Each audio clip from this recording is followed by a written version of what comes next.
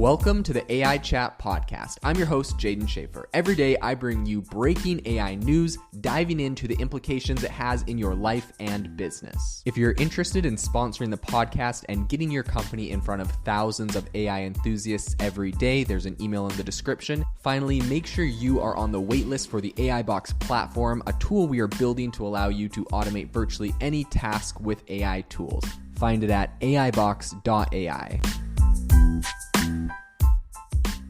Have you ever wanted to start your own podcast? I record and publish podcasts on a platform called Spotify for Podcasters, and I absolutely love it. Essentially, you can upload from your phone or computer, and it distributes to every platform that plays podcasts. They support video podcasts, and you can make money on the platform with ads or even podcast subscriptions, something that has made my life so much easier as a podcaster. So if you're interested, I highly recommend you give it a try. You can download the Spotify for Podcast app, or go to spotify.com/podcasters to get started on your podcast today. I recently saw a very interesting report from Axios talking about who the big winners geographically and the big losers are in this new AI boom. So it's kind of interesting because there's actually only 4 states in America that are actually really benefiting that much from AI, primarily 3.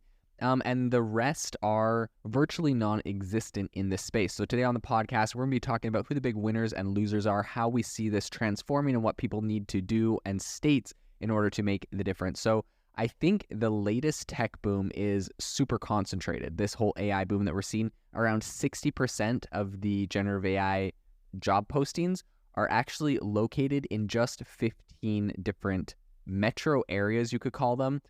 San Francisco obviously was the top one, but if you break that down even further, it's specifically a handful of states. So I'm sure, as you can imagine, you can make some guesses on which states those are, but all of this comes from the Brookings Institute report that they recently did.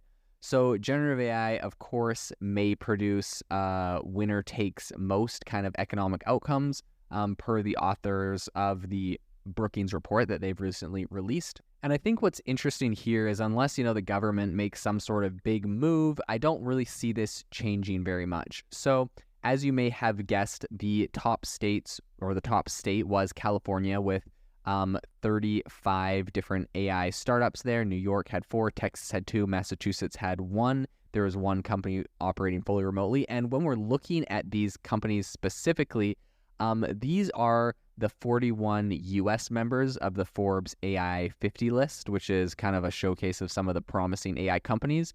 But these are only coming from 4 states. Now, of course, these numbers might be slightly skewed as this is exclusively, kind of like a list that Forbes has put together. So perhaps Forbes looked more at California. But to be honest, this really is where we're seeing a lot of this technology and a lot of these companies come out of. Now, I think another thing that's really interesting is almost 50% of the generative AI job postings that we've seen in the last year, and job postings are a great way to kind of, understand who's hiring and what's going on.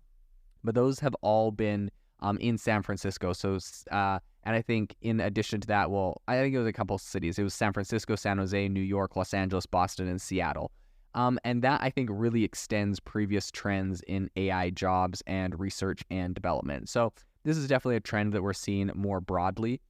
I think that if we're kind of looking at the analytical overview here, in recent decades, high-tech sectors in the U.S. have really gravitated towards coastal cities. This is what we see, right? Of course, it's Silicon Valley for a reason, but it is kind of a shame in today's day and age when there's so much ability to work remote and to travel around that we're not seeing more diversity of location in some of these AI startups, specifically because there tends to be an issue when let's say all AI companies or all crypto companies or all car companies, I would even say, right? Like when you hit an entire industry or niche that's really set in one specific geographic location, there are some benefits, right? Like Detroit had a lot of car companies and they all, you're obviously able to hire people from between companies and have a lot of tech and talent in that specific industry. But you do see some pretty big issues. Number one, with, Detroit, it saw some massive population declines as the car market shifted.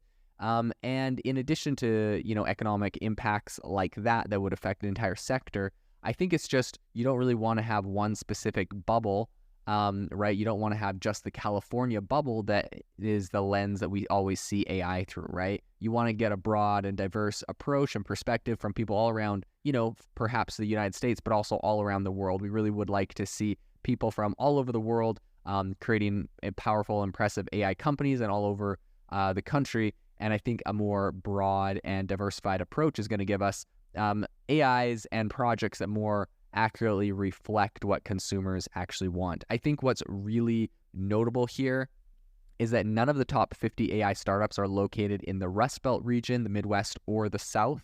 San Francisco alone hosts around 20 of the top funded AI firms, and that is obviously exceeding the combined total for the rest of America. So San Francisco is home to 18 out of 55 entities on an alternative list that was put together, which is the IVP Enterprise 55. So this doesn't seem to necessarily just be a Forbes problem. This really is, it looks like it's more indicative of what's actually happening in the overall market. So I think what's really interesting is that while over 100 different cities or metro areas could potentially become AI hubs, only 14 account for more than half of the AI research and development investments. So I think the geographic dispersion of AI proficient workers is also critical for the implementation of the CHIPS and Science Act, which according to Zoe Bard, who's a senior counselor for the U.S. Department of Commerce, she actually just recently emphasized in the Aspen Security Forum that, quote, innovation occurs where manufacturing takes place. So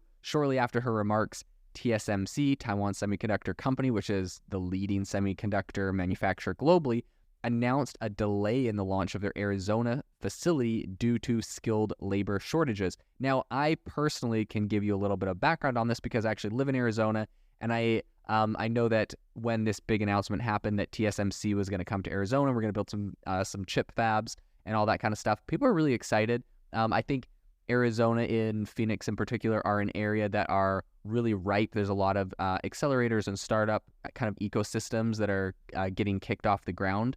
That being said, right, it's nothing like the connections and the network that is currently in California or even in New York. And so I see this as kind of a budding place where tech will grow, but obviously we are seeing that there is skilled labor shortages in kind of helping some of these sectors grow specifically there. And what is also interesting about Arizona is it's actually been the home of Intel for a very, very long time. I know a lot of friends that work at Intel in their warehouses and in all sorts of places fabricating chips and other things. And so, I mean, as far as the skilled labor issue goes, a little bit more context to this is that I've actually heard that Taiwan Semiconductor Company is really, really hardcore, a lot more hardcore than what typical American companies are. And so obviously Intel has had no problem filling their positions.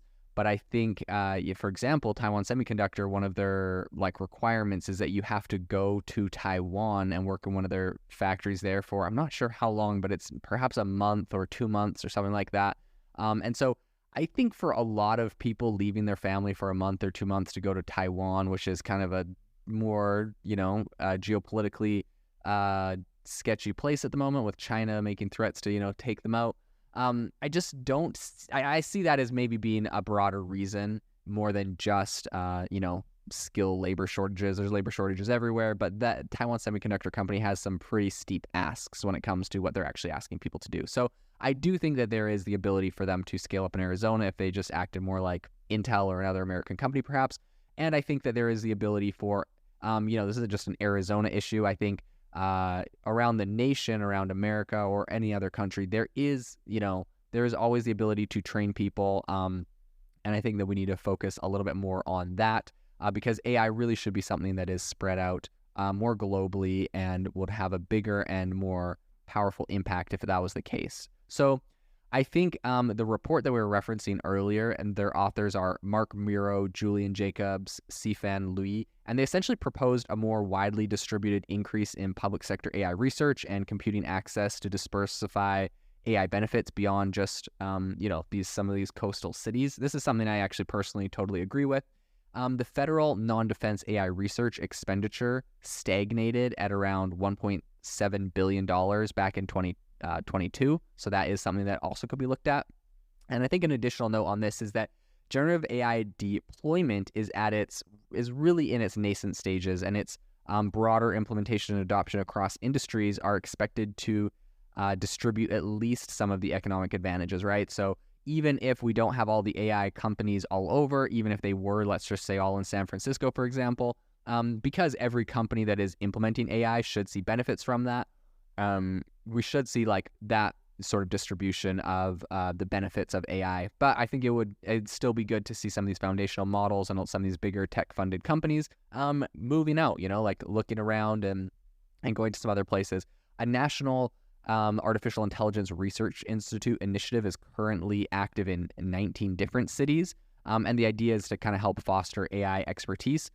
Beyond AI is a broader kind of manufacturing boom that is occurring in the southwestern and southern and western regions in the U.S. So, AI obviously isn't the only factor that is interesting here, but if we're looking at kind of historical parallels to all of this, I believe in the 1960s, the whole space race kind of served as an iconic instance of place-based industry policy where essentially federal investments transformed cities like Huntsville, Alabama, and really that became like the place for space exploration and technology to be developed. And I also mentioned Detroit and kind of where we saw cars there. We do see this with a lot of different industries, but with something like tech that I feel like really doesn't need to be in a specific location, and especially when people can work remote, I do think that it is going to be very beneficial if we can learn how to kind of spread out the love when it comes to AI innovation to a more broader and diverse range of places. And I think it'll be really interesting to see if we end up actually seeing that in the future.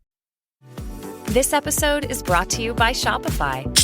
That's the sound of switching your business to Shopify, the global commerce platform that supercharges your selling. Harness the best converting checkout and same intuitive features, trusted apps, and powerful analytics used by the world's leading brands. Stop leaving sales on the table. Discover why millions trust Shopify to build, grow, and run their business. Sign up today for your $1 per month trial period at shopify.com/tech23.